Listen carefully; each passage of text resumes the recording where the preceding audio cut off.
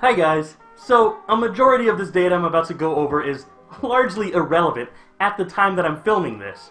You see, I had an explosive entry into the furry fandom after attending my first convention, MFF 2018. I went on to attend 10 cons within the following 12 months. And one thing I was thoroughly surprised by, and at least in the beginning had such little knowledge of, the booming merchandise and memorabilia industry in this widespread web of a larger furry marketplace.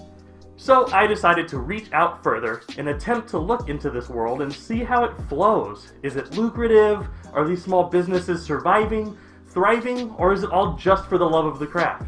I knew I couldn't just take one dealer's den at one con, so I had some time to decide on a set of 10 questions that I could go to a few different dealer's dens and ask a few random tables to get a wide swath of info. The goal of all this data collection was to show furs, and hopefully non-furs, how sustainable, lucrative, and opportunistic investing your product and money into the furry marketplace could be. I gathered all sorts of data and testimonials from hundreds of small businesses across 6 conventions, and then all of that data became quickly irrelevant for obvious and unfortunate reasons. But I still have all of this data, and I wanted to emphasize the importance of supporting small business, now more than ever, since this does show a huge blow to the market that this virus has caused. So if you don't know, each furry market at a con is split up into a few different rooms. There's the dealer's den, may go by different names but is widely titled the dealer's den, which is the largest and main market area at any convention. Then we have the smaller, albeit just as important, Artist's Alley, which is a separate section mostly for independent artists to showcase, buy, and sell their art. And these are the 2 major areas I've decided to focus on for this video. It was never meant to be a comprehensive guide to furry stonks, but rather just a little window into the spending habits of us furs. Now, most major conventions will also have an art gallery, either for auction or just display, as well as an adult dealer's den depending on the con. And while I completely understand that a large portion of our money goes towards the more adult marketplace, I am also deliberately leaving out that corner of the market, as it would skew the results towards more lascivious results. So basically, not to out some of these companies' insider information, I made sure to keep the companies completely anonymous and only show information from which con they were attending. And of course I did ask permission from either the owner or a representative from each business before taking that information. How I'm going to go through each one of these questions is start with the question, then run through the data, con by con.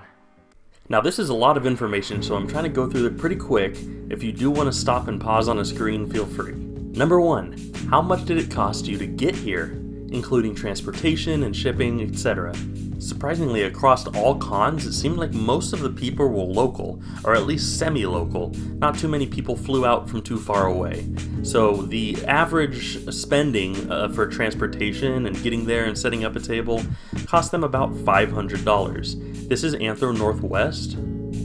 Here's Denver's numbers, which shows a little bit less. Here's MFF's numbers, also showing similar to Anthro Northwest, but also having more tables spending over $1,000. PDFC, similar to MFF, and TFF, with mostly everybody spending about $500 to $1,000. And then going with the overall total across all of the cons, it looks like the majority of people were spending about $500 to transport themselves there, get a table, get all their supplies, and get set up. Question number 2, how much traffic do you get on a day-by-day basis? Anthro Northwest showed a lot of traffic per each table, with a little bit of tables getting very low traffic. Denver was about the same. MFF, they all said a lot. PDFC showed moderate to a lot, with not many a little. And TFF also said a lot. So it looks like in total, across those 5 cons, it seems like every table is getting an average amount of a lot of traffic.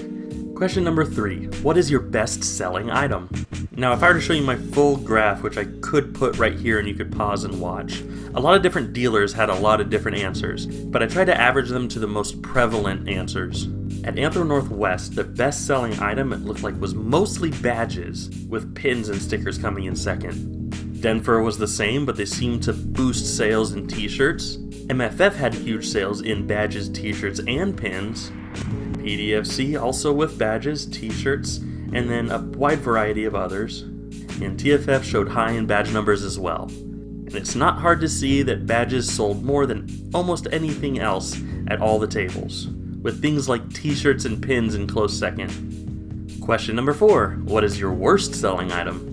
At Anther Northwest, it looks like buttons and prints. And by buttons, I mean the circular printout buttons, not pins. Denver matches almost exactly with buttons and prints. MFF also has buttons and prints, but then a large number of magnets as well. PDFC also showed buttons and prints. And TFF also buttons and prints. So judging just from the 10 tables I asked, it seems like buttons and prints of art are not selling very well.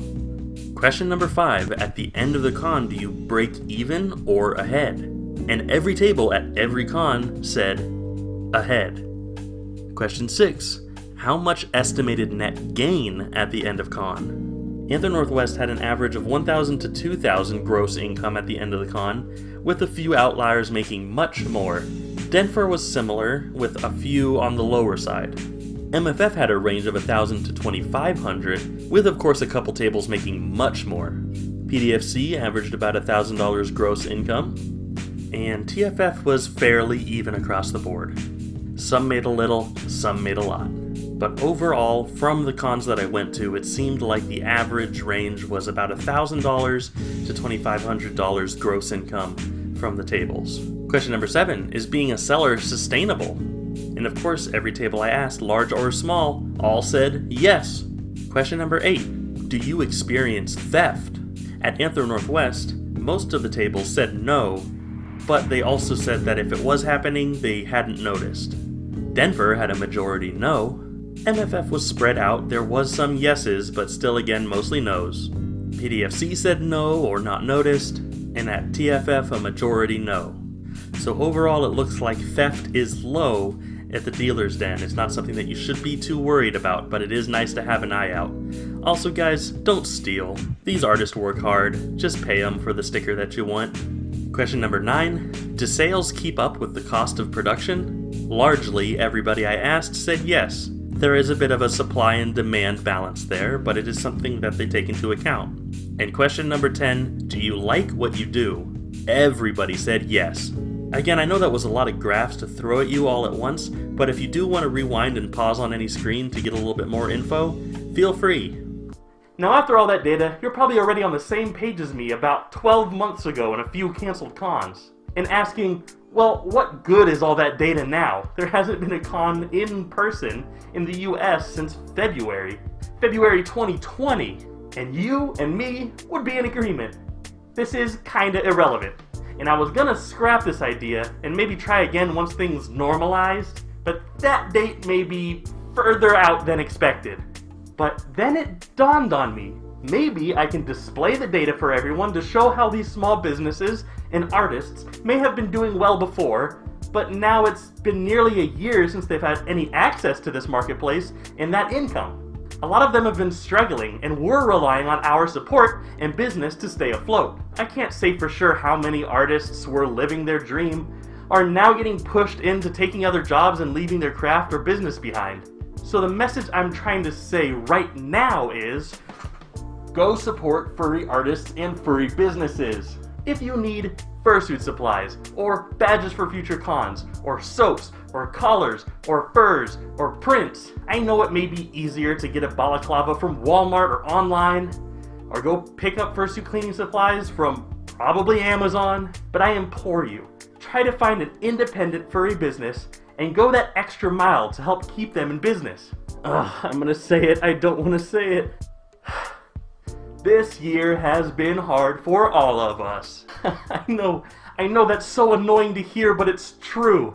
These guys need our support, not only for them, but to keep our fandom teeming with life and business, and to keep it a fun, creative space for makers. If we want to see our fandom and our cons survive post-COVID, we are going to need to try and preserve the market as best we can within our means. Now, I'm not saying go spend your stimmy on a fursuit, but I am saying if you can, try to pick a small furry-owned business first before you go with that easy option. I really wanted to add a list of businesses to check out, but I promised these companies I wouldn't implicate them in any way as they were a part of this survey.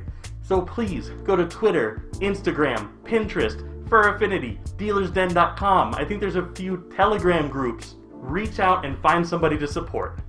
Thank you for watching through this video. If you did enjoy it, please like the video and subscribe for more content to come. I am also on Twitter, so feel free to follow me. And if you want to support me, I also have a Patreon. Link below. Thank you all again so much. Now go out there and keep our market alive.